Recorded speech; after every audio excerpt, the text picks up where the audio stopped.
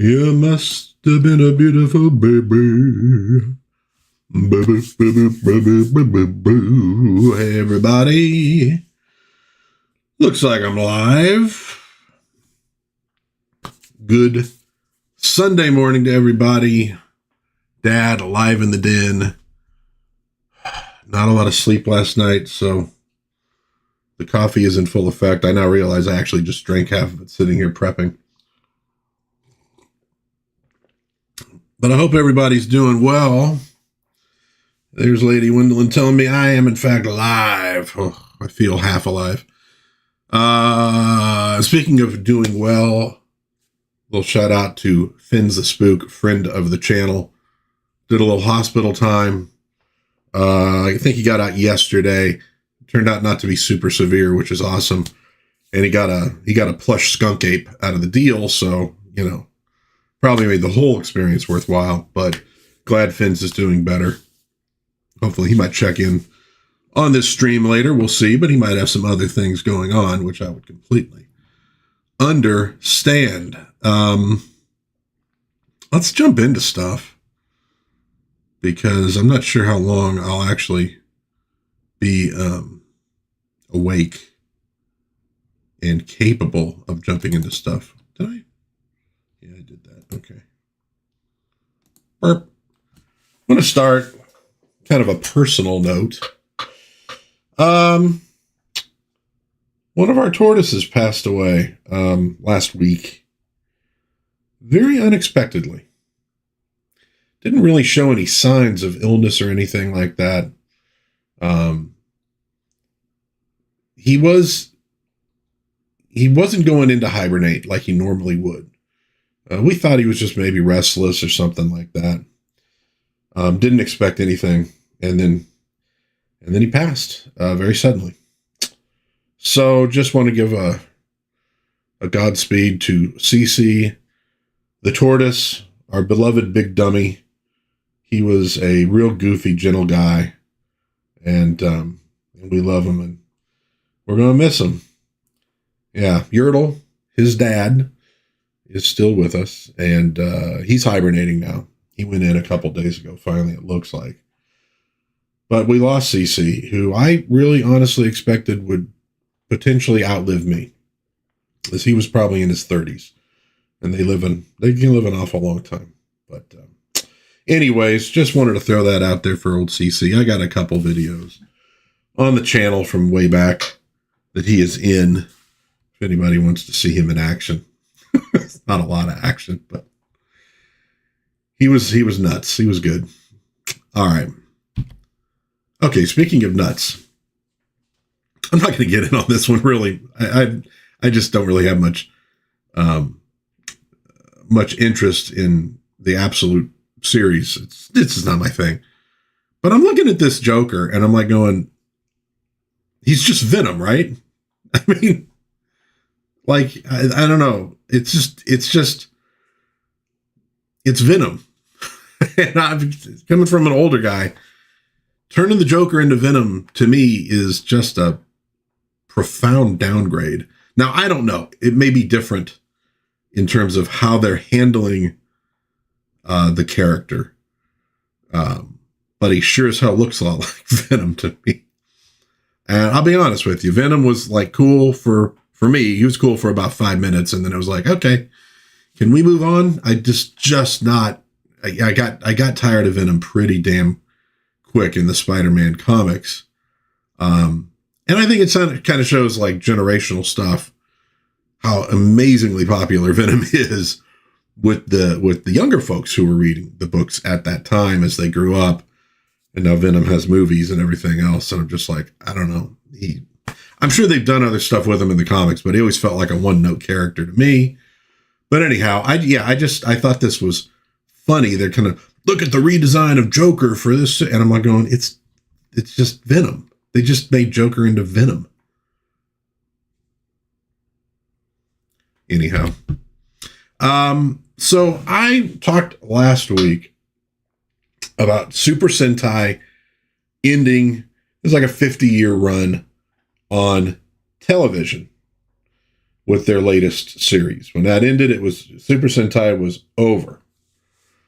Well, for all those who mourned the passing, may not be dead quite yet. At Bounding Into Comics, they were reporting that what this might actually be is a name change due to rights issues related to the Power Rangers. Toei, is it Toei? It occurs to me, I'm like, I don't actually know how to pronounce the name of that company. Toei wants to bring this series to the United States and put it up head-to-head against the Power Rangers, which I think they're trying to sort of do a new version of. And they can't, you see, because the original contract signed allowing the use of Super Sentai as Power Rangers. They can't do that. They can't bring Super Sentai to the United States. But what if it was called Universe Heroes? And then maybe they could. And that sounds like what essentially they're going to do. Now, I don't know how different Universe Heroes might end up being from the Super Sentai formula that everybody knows well. But I did think, oh my God, Danny Roberts is my best friend, who I've known for years and years and years and years and years. And he is now living in the Netherlands, and I'm really happy to see him on the stream. Hey, buddy, what's cooking? And Anton is in. Hi there, awesome Star Wars t-shirt. Thank you, sir. I appreciate that. So what's interesting to me here is they seem like they're having trouble rebooting the whole Power Rangers thing, their issues, and the normal kind of nonsense, right? Foreign product is doing pretty damn good in the United States right now because Hollywood's just not getting it. They're having a lot of trouble. I did notice, who was it? One of the Japanese game companies pretty much fired their entire American staff, and they're just going to focus on their Japanese staff for producing games because the American staff got them into a lot of problems and they just didn't want to deal with them. But, you got your K-pop Demon Hunters and all sorts of stuff that's doing well. Of course, manga's doing well in the United States. Anime's done well for a long time. Kind of interesting that they're saying, wait, we're going to bring in our product, the real deal, not the sort of, I don't want to be mean, but Power Rangers kind of just a dub, kind of a ripoff of Super Sentai. We're going to bring it in and we're going to see what we can do and maybe kick a little butt. Oh, thank you, Danny Roberts. He digs my channel. And I'm doing good, man. Yeah. And if you know my buddy, you know that he could be absolutely scathing in his criticism. So thumbs up from him means a lot. It really does. So there's Super Sentai. So apparently not quite dead yet, maybe coming. But I think, again, it's also just another sign of Hollywood and the U.S., their creativity is pretty much at a low ebb. They're not producing really popular material. They're not getting it done. And folks are going to be entertained by one thing or another. A lot of it seems to be going to TikTok for the younger folks. But, a lot of folks now going to old stuff, watching the old movies. I mean, back issues doing extremely well in comic book shops. And a lot of folks going overseas for their entertainment because they just want pure entertainment. They kind of are sick and tired of lectures. I'm telling you right now, lectures suck no matter what side of a political spectrum or what kind of religion they're coming from. I mean, lectures have their place. People go, and I watch a lot of videos that are discussing a particular philosophy or what have you. But I'm going specifically for that, But like, if I tune into the Fall Guy, I don't want to get a lecture about from Republicans, from Democrats, from socialists, from capitalists, from Christians, from Muslims, from anybody. I want to watch Colt Seaver do some Colt Seaver stuff, and probably watch Heather Thomas a little bit too. But there you go. There you go. Yeah, Danny is very gentle with his words. Oh, I can tell you, man. Danny probably, in a good way, probably stopped me from wasting a lot of years trying to be a great artist. It's just like, really? That's it? And the truth be told, I don't think I had it in me. I think I could draw something decent a little bit, but not like, the real deal. It kind of pushed me into going more the words direction, which did me a lot of good in my life. So there we have the Super Sentai. And I did also see that Universal is now throwing in to maybe try to acquire Warner Brothers. They're looking at the numbers and they got their accountants working on it and all that good stuff. And what I thought was interesting, though, is they like the idea of the Warner Brothers properties, because that's really what these companies are. It's not so much like a studio, like a physical studio you're buying, although I'm sure there's real estate elements involved, but it's the things that they control, license-wise, etc. And they see that as a good fit for, their movies, but also for their theme parks, because the Universal theme parks are starting to get in there and really compete with Disney. And I'm sure they're not probably quite up to there in terms of numbers. But I mean, in terms of satisfaction, customer satisfaction, I think they're rating higher than Disney. I believe Dollywood actually might even rate number one for those kind of things. But at any rate, what they don't want, though, and this kind of gets back to what I was talking about, in a way, they don't want CNN. They don't want those properties. Now, part of that is obviously because that's a little outside what Universal does. And that's probably part of the problem that Warner Brothers has, too. There was a stage in the 70s where the big thing in corporations was diversification. So companies started buying up companies that were completely outside like what they did.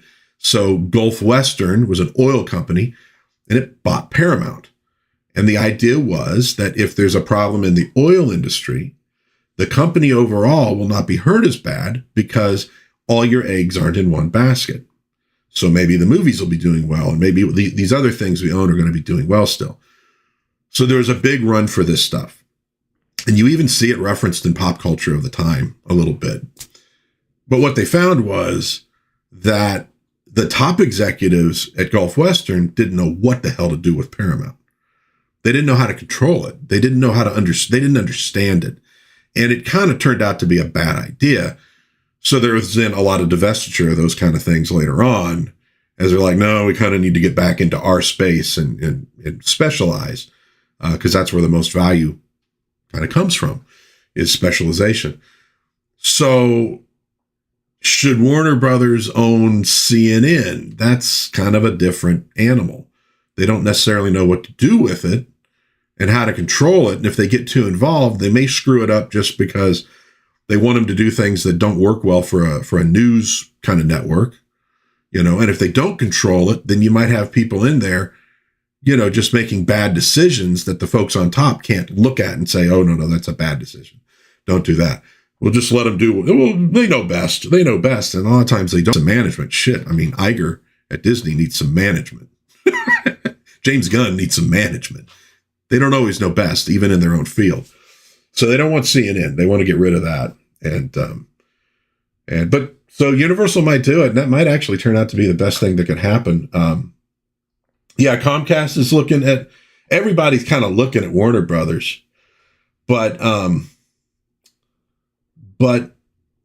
like, again, what they're really looking at is the DC Comics characters, Harry Potter, because I think, they have Harry Potter, whatever else they have, and Warner Brothers is mismanaging things. They're all mismanaging things.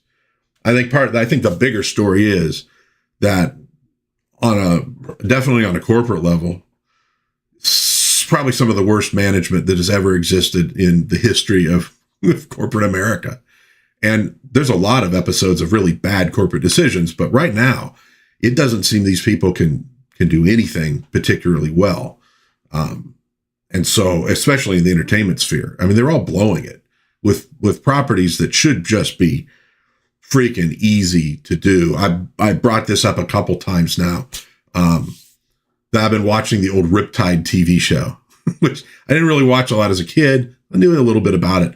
So I started watching it. It's on Roku right now. And, you're just looking at the show, and it's a pretty decent little show, right?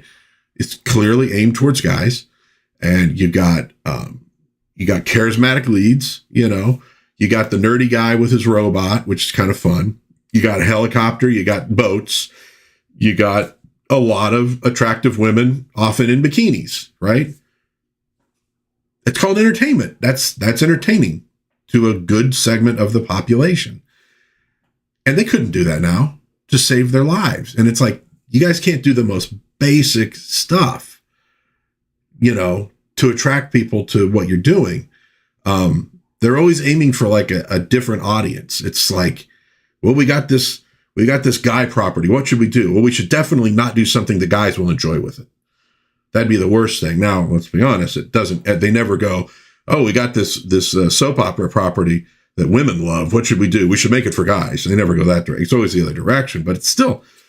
It's just like a lot of those dumb guy things that maybe the artsy types didn't like. I mean, they funded the stuff that the artsy types did like because the budgets usually were not crazy.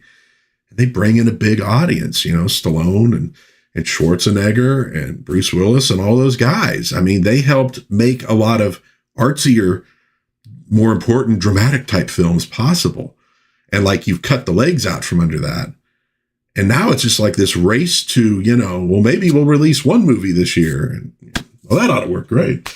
But at any rate, so that's Universal, looking at that.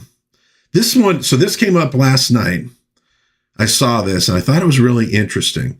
And it was from an interview on I'mNotBad.com, which looks like basically a Roger Rabbit sort of fan site. And they did a little interview, I guess, with Gerry K. Wolf, who's the writer of Who Censored Roger Rabbit, which is the whole basis of the Roger Rabbit franchise, ultimately.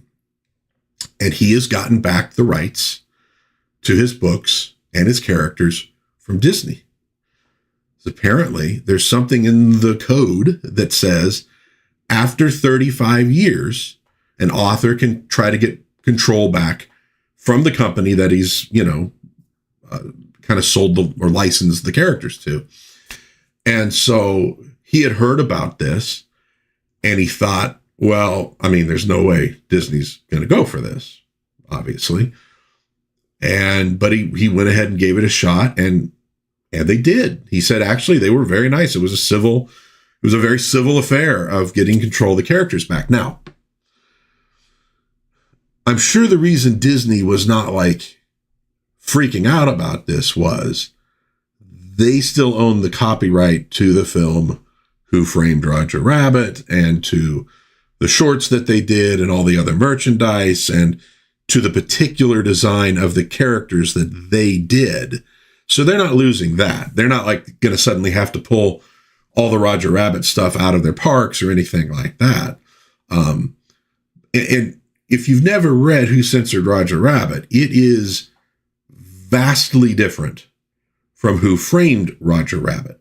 I was a Roger Rabbit fanatic when that movie came out because I was getting into animation. I had ideas that maybe I could become an animator. That'd be fun. Okay. No, but, I was also really into the 1940s type stuff. It was a big thing for me. So the movies, I probably went and saw it more than 20 times in the theaters when I was high school, right around there. I mean, it helped. I had a car. I actually had money from working, so I could do it, But basically for me, if it's like I had nothing else going on, well, I'll run over to the cheap theater and I'll watch Roger Rabbit again. So I'm like, well, there's the book.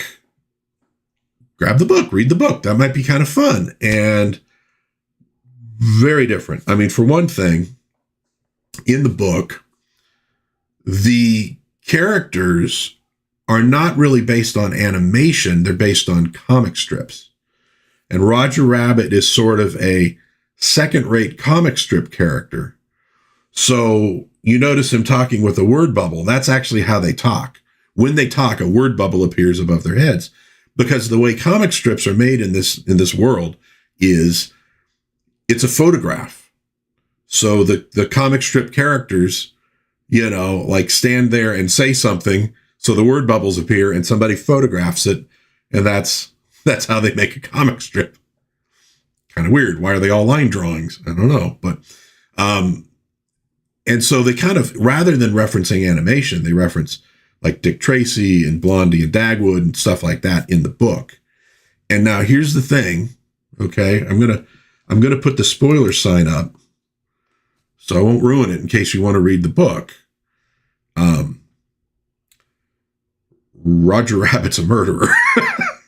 So quite different from what they ultimately did. And for somebody who was into the movie, the book was kind of like, yeah, I didn't really like that. The characters were just very, very different. Now, he wrote a sort of reboot novel called Who Plugged Roger Rabbit that based the characters much more on the characters as they appeared in the Disney film. And he's done some other stuff after that. So he's got control now of these. And he wants to do some TV projects. He wants to do maybe some movie stuff. He says he'd be very happy to work as a partner with Disney again to do something like that. He's not opposed to that. He says Disney treated him very well over the years, so there's no rancor. It's not like he wanted to get control back from the evil company. But I think it's kind of interesting, and I'm wondering how many people, or how many authors are unaware that they could maybe get those rights back to their work from companies. Because again, the big companies are not exactly killing it with their intellectual property right now. And audiences aren't real thrilled. And it's like, we just want something recognizable to what we like. It's like, it doesn't have to be too complicated, but at any rate, so there you go. Who Censored Roger Rabbit? Now, once again, controlled by Gerry K. Wolf, and we'll see what ultimately comes out of it. I don't know. I mean, Disney hasn't done much with the characters other than maybe some marketing over the years anyways. So, and Zemeckis was like, we can never make that nowadays with Disney because Jessica Rabbit's too sexy and stuff. And it's like, and I'll be honest with you. I don't think Zemeckis is really wrong about that. I think he's probably right. We'll see. But I did think it was kind of interesting that you can get rights back. I'm wondering though, if it's not something like the author of the piece has to do and not something like his descendants can do, or like, one of these things passes into the hands of something else. Like he's completely sold the rights. Like say Lucas with Star Wars, pretty much, right? Lucasfilm was purchased by Disney. It's now owned by Disney. I don't think Lucas could come in. I mean, well, first of all, he'd have to wait like 25 more years. And I mean, God bless George, and I hope he lives forever. But I don't know if George would be here 25 years from now in order to do that. But I don't know that he could. I don't think it's the same kind of deal. And maybe it only works with books and stuff like that. But there you go. What do we got here in the chat? Yes, Disney needs a hit. This is from Anton, and they're hoping that Zootopia 2 is that hit. And, it might be. Because, I could do the voice dance. Yeah, I haven't done that in a long time. I'm not going to try now. Zootopia was pretty popular, I think. So that could do well. Because it looks like their Predator movie, I mean, some people are very positive about it, but it doesn't look like it's doing particularly well in the theaters because it's not really necessarily giving the major fan base what they want in a Predator movie, And speaking of Danny, I remember Danny and I went and saw Predator 2 in the theaters. And I think I might have seen that before I'd actually seen Predator. I know I watched Predator just like on a VHS tape. I don't know. I might have seen Predator 2 before. And you know what? It's kind of a goofy movie in some ways, but it's pretty good. It's a fun action movie. And I remember we were all like, there's an alien skull in the background on the spaceship. Oh, it's rad, you know? So, like, I don't think there's a massive amount you could do with the Predators beyond the kind of plot you got in Predator and Predator 2. That's kind of where they exist. I mean, this idea, we're going to delve into their society. And I'm like going, yeah, but the thing is, I don't know, you look at the Predator in the first film and he's a great movie monster, but it doesn't feel like there's a whole functioning, working, living, high-tech society behind him. You know, you have a hard time picturing the Predator dudes. I know they got a name. What is it? Yautya or something like that. I can't remember. But you have a hard time picturing them like as technicians, auto mechanics, working in a fast food joint. You know, I think they did the same with the Klingons when they redesigned them for the movies and Next Generation, is they kind of made them these space Vikings. And I think the earlier Klingons looked like, yeah, I mean, they could have like a society. Like, we're seeing the captain of the ship, but there's other people behind him. I never got that feeling from like the Predator species, even though clearly extremely high tech. So there should be Predator scientists, right? Do their best scientists have to survive a hunt, you know, or are they just valued because they're really good at math? You know, that has to be the case behind them because they have spaceships and all these weapons and all this other stuff, right? I mean, unless you use like the extra dimensional kind of stuff from, you know, ufology, but I mean, you do see their spaceship coming down to Earth. So that has to exist, but it seems weird. It seems like something you wouldn't expect. And so I think your best bet with Predator is making a monster movie. You know, like with Dracula or Frankenstein. Predator is a monster. Here he is, and he's hunting people down, and they've got to figure out how to survive, like a zombie movie or what have you.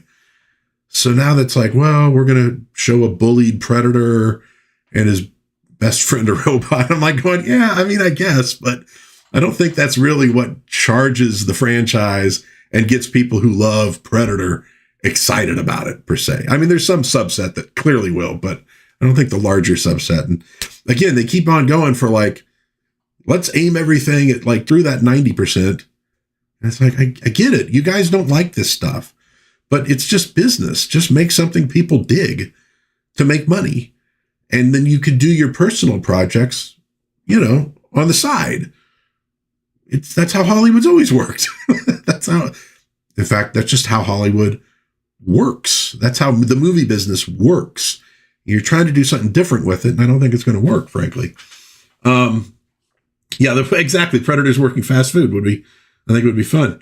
So Prey was good, or good enough, and interesting, sort of met on, but the audience score alone is. See, but the thing I think with some of those audience scores now, because of the way they do stuff like at Rotten Tomatoes, they make it a little harder just to throw your opinion in. But I think more importantly, I think the franchise, there's so many people who are like Predator fans who just, they ain't going to the movie.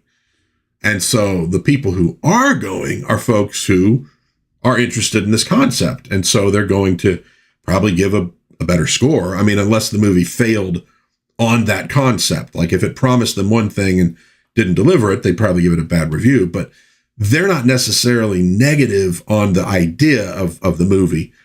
And therefore, they're going to give a positive review. And so 90% of the reviews are going to be positive on Rotten Tomatoes. And that's the tricky part with that. And some people have said it's cool because they're fighting these big monsters and all that stuff. So it might be really cool.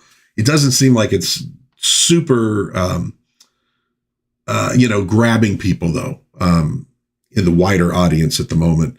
Because in terms of box office, again, it's just not doing, I think, particularly well. I think the early projections were, it's probably going to be another loss for Disney, you know. And again, it's like, from an artistic standpoint, who gives a shit about box office? I mean, half the friggin' movies I like would be considered flops, because I'm a weird guy and I like weird shit.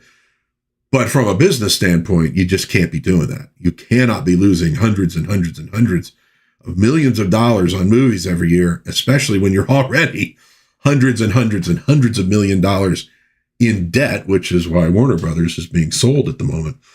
Anton says Eddie Murphy was supposed to be the Eddie Valiant part, but he turned it down. He even turned down the back end. Interesting. That could have worked. I still think Eddie Murphy would have worked in Ghostbusters. And I would like to find the parallel dimension where Eddie Murphy and John Candy were in Ghostbusters. And I'd like to see that. I'd like to see that film because it'd be very different from what we got. But I think it'd be a pretty solid Ghostbusters movie. You know, maybe AI can do that kind of stuff. Who knows? All right, so let's look at some new acquisitions in the den, stuff that got delivered or that I went out and purchased on my own. And the main one is the Atari Pac-Man edition was finally delivered. You notice I got the controller dongle in there. I love the term dongle. I got the Pac-Man cartridge sitting in there because I was just testing it out before the stream, because they don't give you the little, deal that plugs into the socket. And so I had to scramble a little bit because I'm an old fart. I don't buy gaming consoles. So I was assuming it would just, everything I needed would be in the box. Might I add though, the box arrived. I kind of see maybe that angle. Yeah, it got its ass kicked in the mail. And the negative of that especially was that Atari packaged it in a box that was just big enough to hold that box, which means there was no padding of any kind, no styrofoam of any kind, nothing. So one of the reasons I wanted to throw this thing in there was hook it up today was just to test it and see if it worked. Which it did. I'm not going to freak out too much. There's the specialty controller. Dude, I played a game, and I got to be honest, it's been a long time.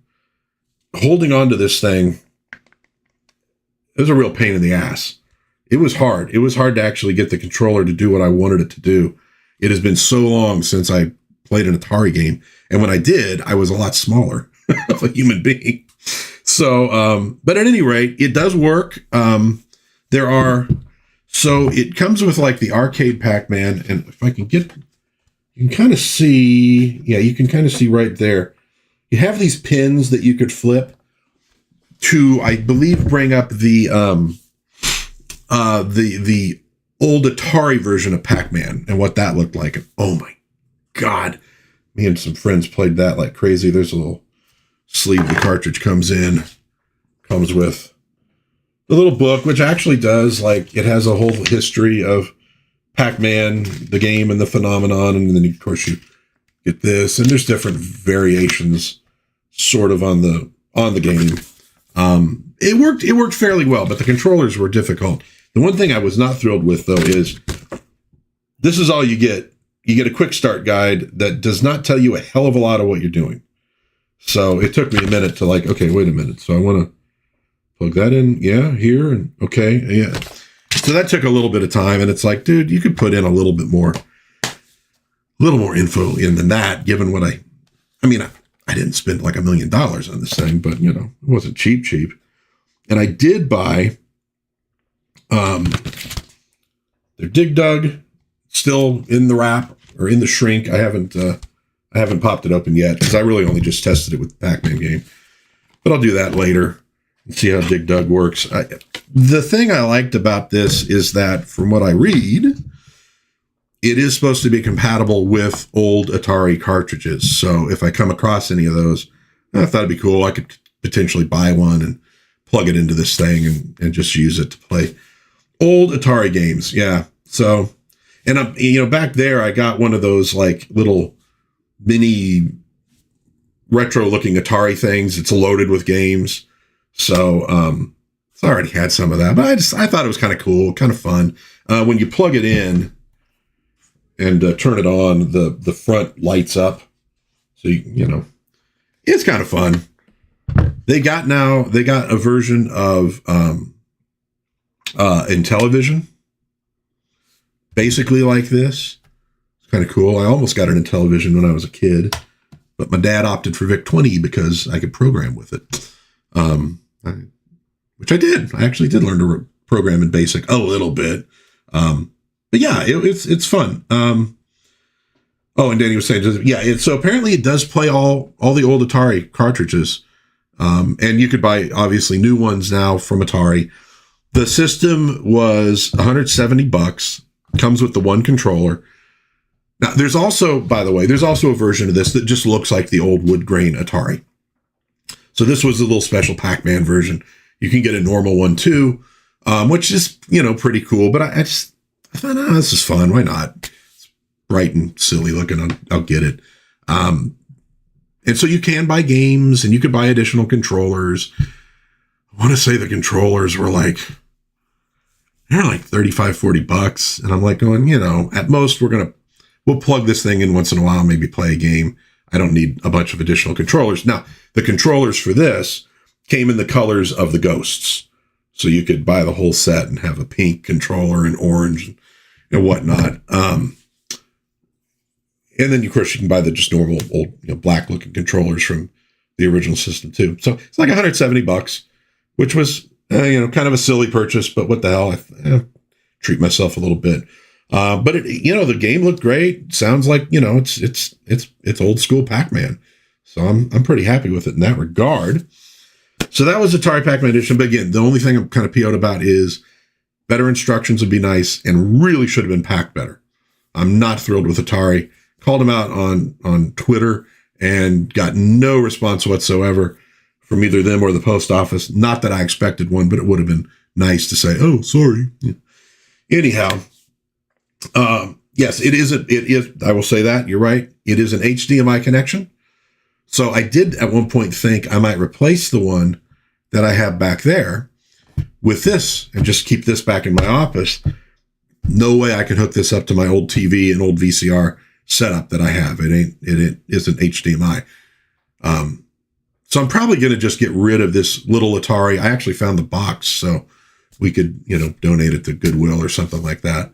And I was looking at it today. I'm like, yeah, if I get rid of that, then I have actually another flat space where I can display more of the toys I have all over the damn office. So it's a bonus for me. But anyway, yeah, so it is HDMI. Just hooked right into the TV we have out there. It was, once I figured out what the hell I was doing, it was pretty simple. The main thing was like, with the power thing, I'm going, well, can I just charge this up? Because you do with the wireless controllers, you just plug in the little thing like for your cell phone and you charge these things up. So I'm like, do I do that with the game? Can I just charge the game up? I kind of doubted it because it didn't look like there was a removable battery or anything. So I gave that a try. I plugged it in for a little bit and I'm like, okay, no, I got to get the little power adapter thing. Fortunately, the thing we use just to power our cell phones, charge them, it worked, but we'll probably buy like a separate thing so we can, not have to worry about moving the thing around. So anyways, so I got that. Also, Black Phantom, Holy Terror #1. This is a indie comic done by Chad Townsend. You could find him on X. Guy worked in the animation industry and stuff. So this just got delivered this week. This is obviously issue 1 of this Holy Terror storyline that he's doing. There's the back. Kind of got the foil thing going. I actually got the little signature up there too. It's good. It's very much action packed. These are set during a sort of World War II, but a little higher tech. Black Phantom is kind of mysterious. He does appear to be like kind of undead. And of course he's fighting for the Allies. And this story involves the Spear of Destiny. If you are an old reader of, the DC Comics All-Star Squadron and stuff, that they use the Spear of Destiny and that as a big plot point. Let's see if I can, here we go. Open up so you can see a little bit of the art. And art-wise, it would remind you sort of animation from the last, 15, 20 years, which makes sense. That's the industry that he worked in, Chad worked in. But I liked it. But it's very action-packed. So it was a pretty quick read. But I got his first Black Phantom comic. And I'll probably follow up with this one. I'm going to stick with him. I like him. He's also just seems like a good guy online. And, I value that, frankly. Just people who are cool online at this point are a real nice thing to see.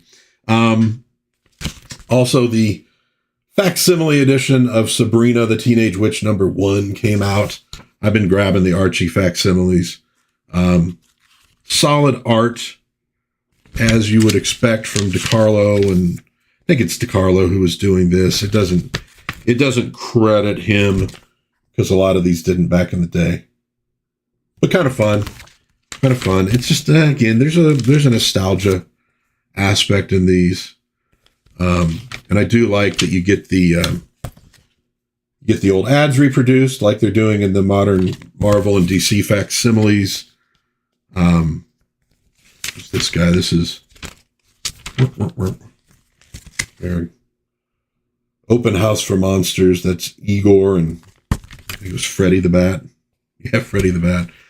So there you go. That came out. They do a nice job printing these things. You got one with a hippie shows up, annoying Aunt Helga, because Aunt Helga is a more old-fashioned witch. There was a line in here that I thought was really... Oh, I remember what it was. So these kids break Aunt Helga's window with a football. And she's like PO'd about it. And it is Helga, right? Am I getting that wrong? Is it Hilda? Shit. I can't remember now. I read it yesterday and I'm already forgetting. I think it was Helga. Anyhow, so the kids break the window and she's like, I'm going to go out there and conjure a monster and scare the crap out of him. And the hippie, it's like Sabrina's cousin. He's like, no, man, don't get uptight. That's not how we do things nowadays. It's the new witch movement, man. So he goes out and gives the kids candy and their ball back. And he's like, hey, it's cool, So the kids come back. A whole bunch of other kids come back later and throw rocks through the windows to get candy. Our friends told us if we did, some dingaling would give us candy. That was the bit that I liked. It's his face down there of like, oh crap. And I thought, yeah, pretty much knew what they were. Oh, it is Hilda. It is Aunt Hilda. Pretty much knew what they were talking about back then. And then there was another facsimile released by DC. This is Batman number 47, with the origin of Batman, one of the different origins they told of the character. And these, I like these because they're on the sort of newsprint. And again, you get the old ads reproduced. You get like letters to the editor, which they were doing at that point. The secret of Mystery Mountain. Oh, there's Bazooka Bubblegum. Yeah, there's a Batman story. Let's see if we get a good Batman. There we go. The Chain Gang Crimes. So back then, a Batman comic would typically have, I want to say 4 Batman stories in it. That's how they did them back then. So that was very cool. I haven't gotten to read that one yet, although, well, I have. I've read all the Batman and Detectives now up to 1965. I'm up to about June. I've been making a little game of that. And then this actually I got about a week ago. Castle of Frankenstein. I did just finish reading it. Pretty good. It's primarily concerned with, retro horror. So a lot of the black and white type stuff. There's an interview in here with a cousin of Glenn Strange, who was one of the great Frankenstein monsters and was also in a lot of Westerns, and he was in Gunsmoke as Sam the bartender. Whole thing on Mr. Magoo meeting the monsters. So it's that kind of stuff. It reminds me of old Film Facts magazines. So I enjoyed it. Yeah, it was pretty good. I give a recommendation for this one. If I'm comparing it to Cryptology, I'm maybe putting Cryptology a little notch above it. I was more engaged, I think, with Cryptology, and just a little bit less engaged with some of the articles in this. Some I dug. There were a couple that I was like, yeah, it's okay. But overall, pretty darn good. I got it at Barnes & Noble.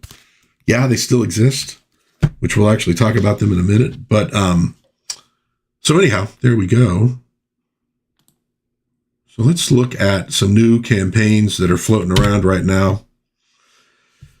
Super 7 is teasing a Serpentor release, which I guess it's a Target exclusive. And I think it's maybe like their Ultimates line. If I'm honest, like when I got into G.I. Joe, it was right at the very beginning because I was into Army stuff and their initial characters kind of had an Army look to them. Scarlet was a little different. Snake Eyes was a little different. But although he wasn't a ninja yet, he was a commando. Cobra Commander, the villain thing. But Serpentor always looked a little goofy to me, frankly.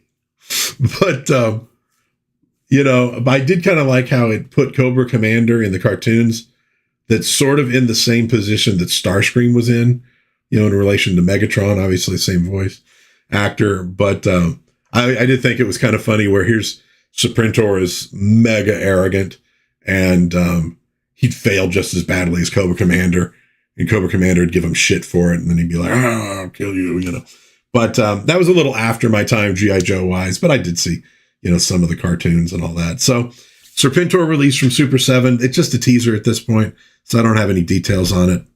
Hasbro Marvel Legends is re-releasing Giant Man and Wasp, their 2-pack. As a pre-order, it just says next week. So I don't know when this week. I'm assuming there will be more details. I dig that version of Wasp. I love the funky headgear. So I would be interested, but it depends. It's a 2-pack, so it might be a little more than I want to spend, for one of these things. So anyhow, but that's coming out this week. There's a few re-releases. I think we're going to look at a couple others in a minute.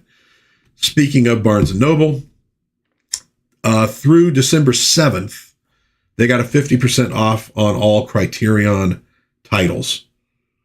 Hey, Mr. Sushi Hut, how you doing, sir? So they got a 50% off on all Criterion titles at Barnes & Noble. They got a pretty decent section of DVDs. They got some vinyl. If you haven't been to Barnes & Noble recently, we went back a couple, 3 months ago because I saw somebody online talking about the magazine section there. And I always loved the magazine section at Barnes & Noble. And we just don't see magazines that often anymore, which makes sense. The internet, fine, but I kind of missed them. So finally, wife and I went over and it's like, oh yeah, they've got a huge magazine section, which obviously, like I said, this is where I got Castle Frankenstein. So we've gone back a couple times and Barnes & Noble's expanding. They're adding stores right now in the US. I think it's kind of cool. And when we're going through, it's a lot of younger people. I mean, it's not massively crowded, but there's a lot of younger people there. They got a big section for manga, but they got a lot of, trade paperbacks and stuff, American comics. So they got kind of a big toy section with kids' books and stuff. It's still a going thing. Yeah, Sushi Hut. Yeah, take advantage of show for sure. Yeah. Might go through and see if there's anything in particular that jumps out at me. There's probably something. 50% off those. That's pretty damn good. So Danny loves Barnes & Noble. Do they got Barnes & Noble over right now in the Netherlands? Or is that something they just don't have over there? I could buy you some Barnes & Noble's material and send it to you. With the tariffs, it'll probably only cost me $200 to mail it to you. But yeah, I wondered if they had that over there or not. Because obviously there's a lot of, because this is actually something Wendy and I, my wife, we were looking at some old commercials, like Thanksgiving, Christmas type commercials from the 80s or so. and I can't remember what the retailer was. But we were kind of surprised to find that particular store, which is gone in America, was still active in Australia. And I noticed that Woolworths, I think it is still a thing in the UK. There's a UK Woolworths. So sometimes, there's a jump, and sometimes, like Kenny Rogers Roasters is still active in like Indonesia, and I think maybe the Philippines, that whole region. There's it's still alive.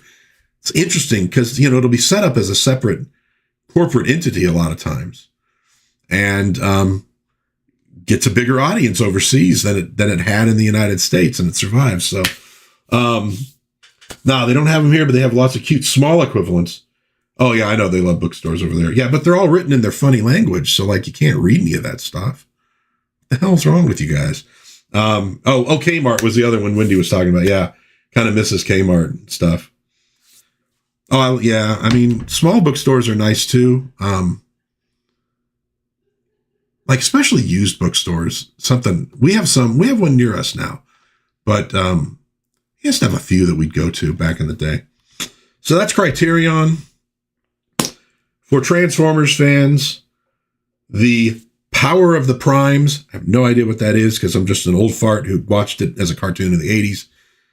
Predaking reissue is available for pre-order at Big Bad Toy Store, Entertainment Earth, and probably elsewhere. For $230, you get all the different separate Predacon figures, and they all turn into old Predaking. Thought I'd throw that out there. $230 on the state. But, I mean, is there what? 1, 2, 3, 4, is it just 5? 5 different robots. So 5, and that's about $50 for each one. That's a little steep, but not crazy, I guess. This is estimated to arrive at your home April 2026 if you order it now, while supplies last. So you might want to check that one out. I love Jesus bookstores, and I love the big bookstores like Barnes & Noble. Let's hope they last forever. Yeah, well, Anton, right now, Barnes & Noble's, they're expanding. So, I mean, they're getting something figured out. I think that whenever you get a new technology, it becomes the biggest thing ever. And it becomes the solution to every single problem. And a good chunk of the population will flock to it. And having flocked to it, and all the companies pushing money into it, they will often find that it wasn't the greatest thing since sliced bread. And then there's a little pullback. So I think the vast majority of people are still going to do probably like Kindle and things like that. But I think there's enough people out there that are going, I kind of miss magazines. And then younger people kind of going, yeah, these are kind of cool. It's something I can hold in my hand. It's a different experience reading these things.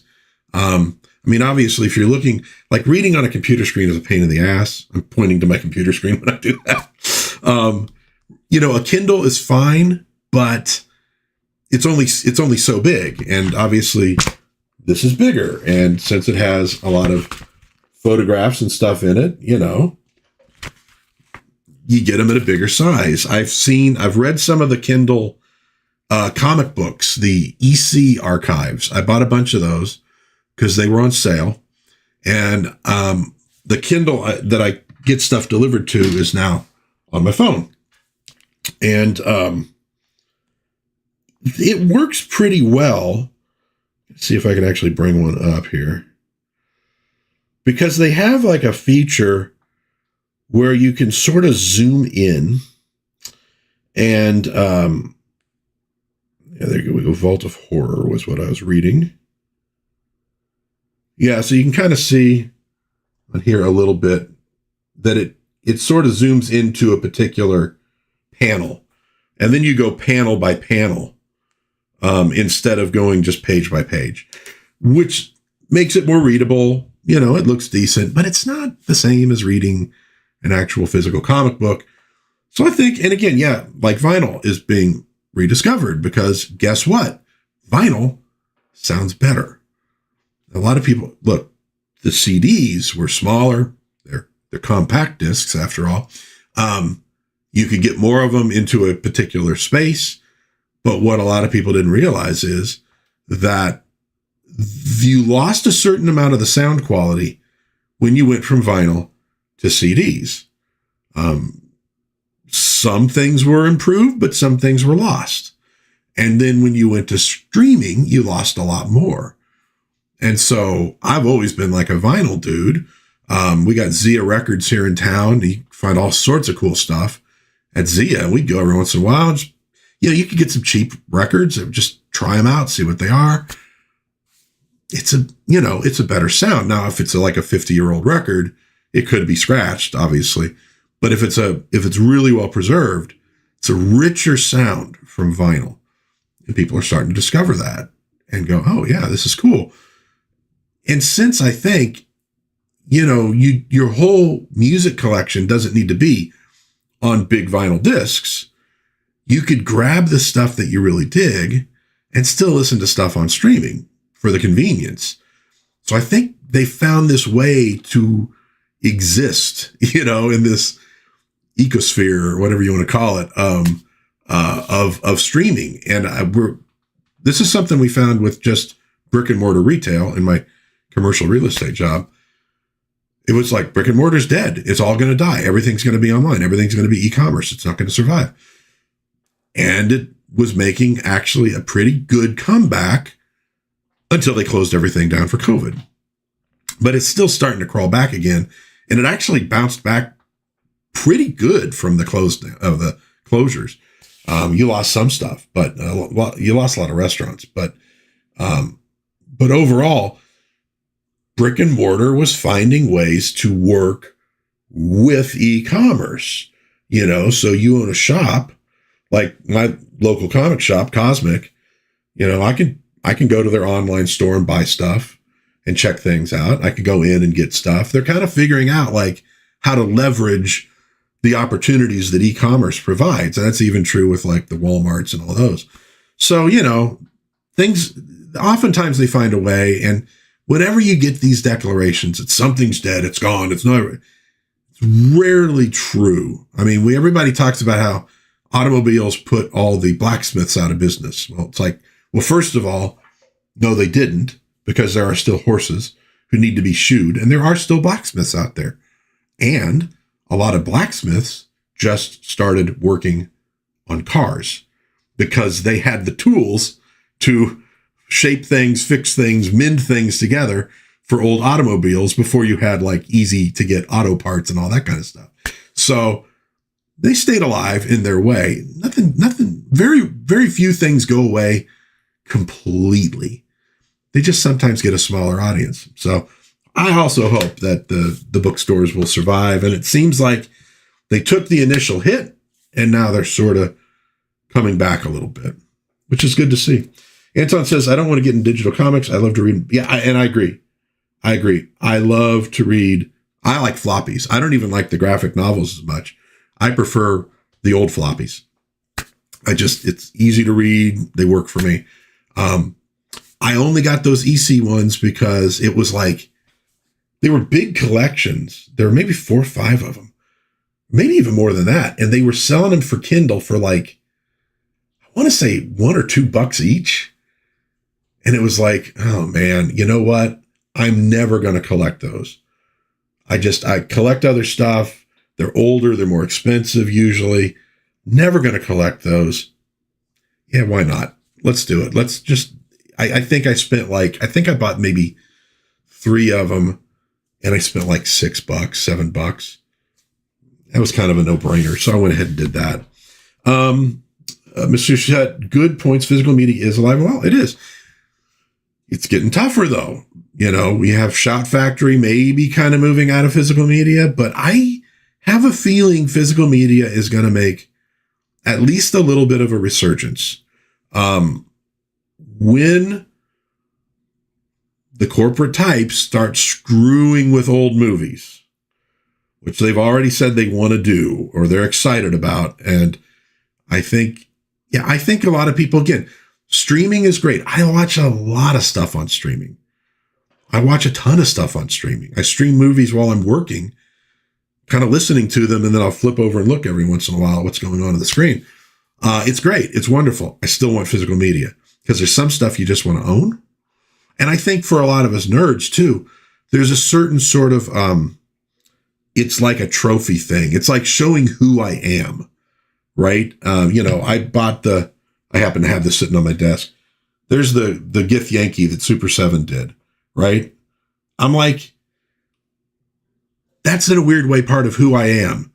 Fiend Folio. I'm a geeky kid. I loved the art and stuff. And I'm like, yeah, I want to put that dude on my shelf. It's like a little piece of me.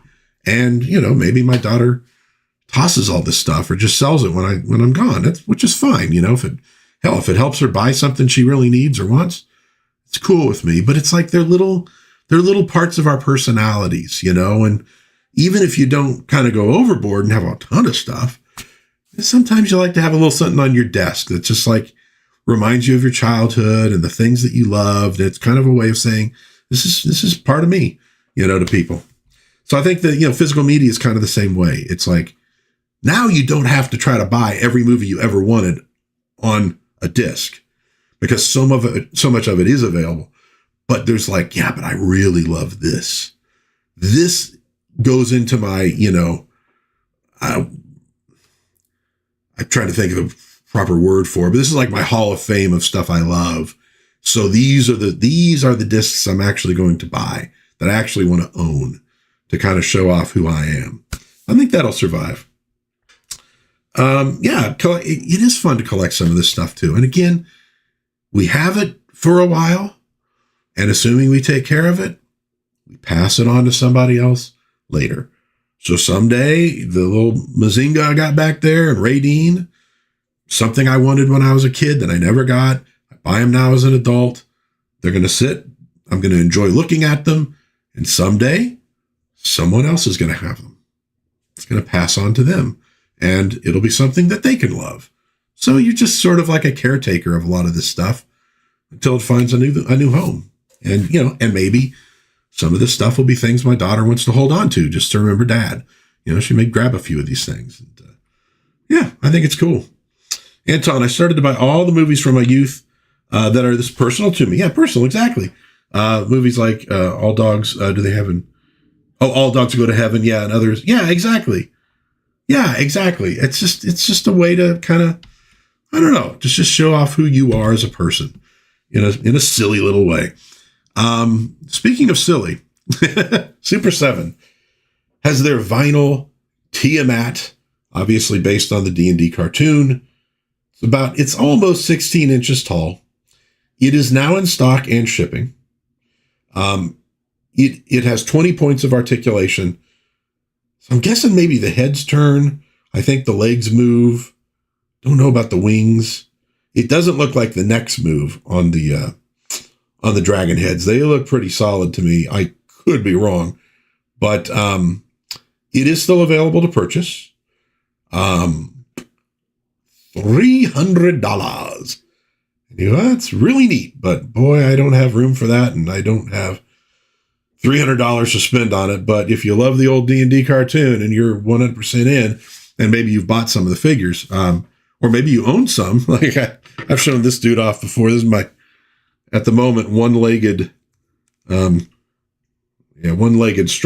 the Paladin, that I need to fix again because he got broken a while back, got knocked off the shelf. I'd glued the leg before. It was imperfect, but I was trying to find one with the cape and the sword, and I didn't pay enough attention on eBay to realize one of the legs was off of him. So I need to redo that. But, and obviously he was a little different in the cartoon. He had a golden hammer, but, but at any rate, if you own some of the figures, maybe you want to get that. It'd be a nice, centerpiece to a display if that's a big deal to you. But it's, $300 is like, that's a little steep for me. You're trying to figure out who's going to play that character, the cast director. Oh, yeah. Just hire Frank Welker. Yeah, I know. Frank Welker, I swear. Is there any cartoons from the God, late 60s through 80s that he's not in there somewhere. If there's any little weird creature, you know, that's Frank Welker. Dude built a career off of that high-pitched voice. The other reissues I was talking about that are now up for pre-order. The 20th anniversary Captain America, which it's $40. I don't like that the black straps for the shield are like, they seem permanent, because I wouldn't want them to be on the dude all the time. But that's out for reissue, and also the Kingpin, also $40. So it seems like there's a few reissues happening right now. There were a bunch last week, I want to say. And we talked earlier about the, shoot, my brain's not functioning because I got like the Giant Man and Wasp reissues. So reissues are a good sign that there's a healthy market for these things. And I got to say, they do a pretty good job with the Marvel Legends. I don't love all of them, but there's a few that I really do dig. I'm kind of doing a weird collecting thing on that, of just some of the characters, some of them a little more like off kilter that I was into back in the day. And I'm grabbing a few of those, but I'm not doing like a collecting all of them, or I'm going to collect all the X-Men or anything. It's just like the little oddball dudes that I always really, really dug. But those are out right now. You can get them Amazon, etc. I think Big Bad Toy Store, all those. You can also now pre-order the Mezco Hulk 1/12 scale, $150 for this dude. Now, Mezco does some really good work, but if I'm honest, this one feels a little busy to me. Little too much muscle, you know, like the graininess of it. I don't know. I'm not super enthused on this one. And some of the stuff Mezco's done is really, really, really nice. And it may look, you know, much better in person and posed and all that stuff like that. But $150, which is still half the price of the Tiamat. So, but you know, I'm primarily more in the $20 to $25, $30 range on figures if I'm getting stuff, unless it's something like vintage that I'm really interested in. I don't really go for much of that, but I like to show it off for folks who might be interested. Reported at 13thdimension.com. George Perez's New Teen Titans Artist Edition is going to be released July 1st, 2026. So a few months away. Although God knows, as we get older, that July 2026 is going to be here way quicker than you thought it was going to be. So this is 192 pages, 12 by 17 inch hardcover. So good big size. You're going to get a really good look at Perez's art in this thing. Also $150. If I was going to pay $150, I would get this rather than that Mezco Hulk, or I'd buy two of these rather than that Tiamat and maybe give one to a friend. But yeah, I mean, Perez, amazing artwork and amazing what they did with the New Teen Titans. It was Wolfman and Perez. They, you know, at the time, Marvel was just surging with the X-Men. It was really becoming the thing to buy. It was the cool thing in comics. And they came in with the New Teen Titans, and they were, I don't know if they were a match for the X-Men ultimately, but they really made their mark. And we did get the great crossover X-Men versus New Teen Titans. Honestly, if you're ever going to get a Marvel DC crossover, get that one. Walt Simonson art. You got Phoenix, Dark Phoenix. You got Darkseid. So it's Walt Simonson doing more Kirby like he was doing in Thor at the time. It's a really good one. And they do a great job with the story. And I love how back then when they did these, it was never like the X-Men come into the DC universe. Or it was always just like, hey, here's a universe where there's Marvel and DC characters at the same time. And it's no big deal. We're not going to waste time with that crap. We're just going to tell an adventure story. So that's a goodie. New Teen Titans. That is coming out July 2026. Final thing for coming attractions. And again, this popped up middle of the night because we had some very noisy neighbors last night who kept us up very late, which is why I'm kind of out of it. But almost glad because this popped up. So Zika Toys, so if you go to zikatoys.com, is doing some figures and stuff inspired by Space 1999. They're calling it Eagle 1976. And so these particular figures are O-ring style figures like the old G.I. Joe Real American Hero. And you can get a 4-pack of the Eagle Astronaut Crew Pack. You know what? Space 1999. It took me a little while to get into it. When I first started watching it, I instantly loved all the design and stuff. It was really cool. It took me a while to get into the concept and the stories because so much of the design was sort of grounded. It felt kind of like they were going for something real. Like if you look at those astronaut uniforms with the helmets and stuff, they looked sort of like real stuff that you would venture into space in. But the stories were so unreal that it was kind of a weird thing for me. It took me a little bit to get into it, but once I did, I always loved the design.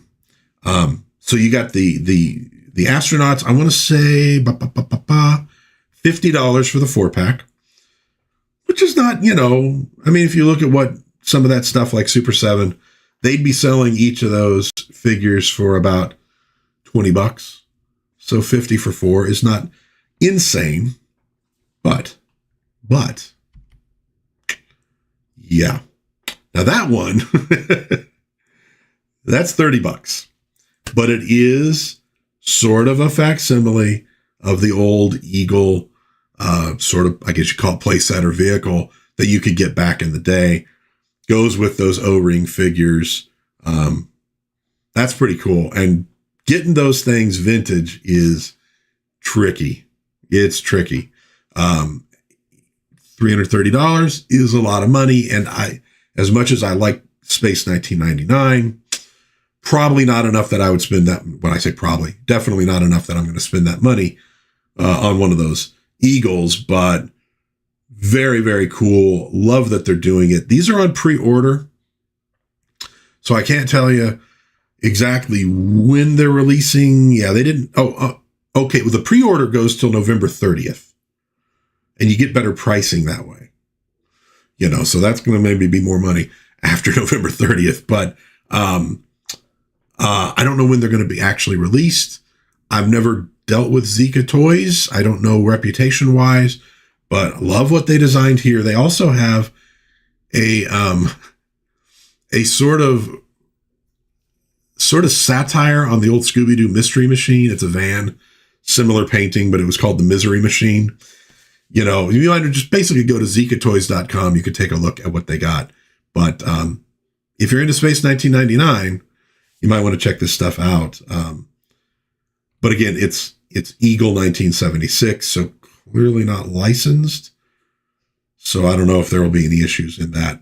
Hopefully not. Although they do mention up there like Space 1999. So maybe it is. They might be licensed. They might be licensed from Gerry Anderson on those because they've been delving more heavily into merchandise on things. They did a really nice, they did one for UFO. They did one for Space 1999. I think they're doing one for Thunderbirds. That's like the operations manual. Big, heavy hardcover book. God, what were they selling those for? Like $60 or something like that. But really beautiful illustrations and stuff of like, the floor plans, the blueprints of, moon base and all that other kind of stuff. Very cool. So they've been getting more into that kind of thing, trying to keep, the Gerry Anderson stuff alive. And it's definitely worth keeping alive. Well, that I believe is all I got for this week. Because I didn't have any major, like movies I wanted to talk about that I watched. I watched a few this week, but they were all just okay. Nothing that really jumped out at me like last week. Coming up this week in Dad's Den, we got, on Monday, we got Justice League Monday. We're looking at Justice League America number 45 and Justice League Europe number 21 from 1991. It was after I had graduated from high school. So we're winding that down. We're going to issue 52. So 7 after that. And I've got a couple of them made. I need to film the ones for December, which I was going to do this weekend, but things kind of got out of hand. So almost done with the Justice League Mondays. I think for 2026, I'm going to shift on Mondays to Walt Simonson's classic Thor run, because I did manage to complete that run. So I think I'm going to do that. We'll see if I end up doing it or not. On Wednesday, I got a review of old 50s TV show called Medic. And specifically, I'm focusing on one episode called Flash of Darkness. Now, I talked about this on a live stream. I decided to make a full review video of it. It's a really incredible episode. And Medic is one of those shows that kind of like what a lot of people think of the 1950s is not really the 1950s. Most people, they picture sort of Dwight Eisenhower golfing in poodle skirts and a little Elvis Presley. And they miss it. It was a much deeper entertainment, pop culture world in the 50s than that. And Medic is proof of that. It's a heck of an old show. Definitely a show that could trigger people too. It was a procedural about medicine, and some of those episodes are pretty rough. So we're going to be looking at that on Wednesday. And then on Friday, Wonder Woman Year 1. I'm doing a retrospective of her first year in print, in comics, in 1941. I had a lot of fun with it, honestly. I had never really read much Golden Age Wonder Woman, and I love the friggin' art, and they're nuts. And here's the question. Were they really doing like bondage discipline stuff in old Wonder Woman comics? Well, tune in and you will find out. So we're going to look at that first year Wonder Woman. And that's what we got this week in Dad's Den. So with that, I want to thank everybody who was in the chat. Of course, Lady Gwendolyn, my lovely wife and moderator, my buddy Danny Roberts over in Holland. Put your finger in a dike for me while you're over there. Like the little Dutch boy. Don't get gross. Anton, Mr. Sushi Hut, was with us. Am I missing anybody? I don't think so. Don't think we had Ramey Butler in the chat today. And Finns is probably recuperating. God bless you, Finns. I'm glad you're feeling better. Yeah, that was the chat this time, but thank you, everybody. And if you didn't get in the chat, that's cool too. Thanks for watching. I do appreciate it. We'll see you next week with another live stream. Until then, God bless everybody. Please be kind to one another. Have a little bit of fun out there. And I'll see you hopefully again soon in Dad's Den of Pop Culture. And now I am going to go try to take a nap. So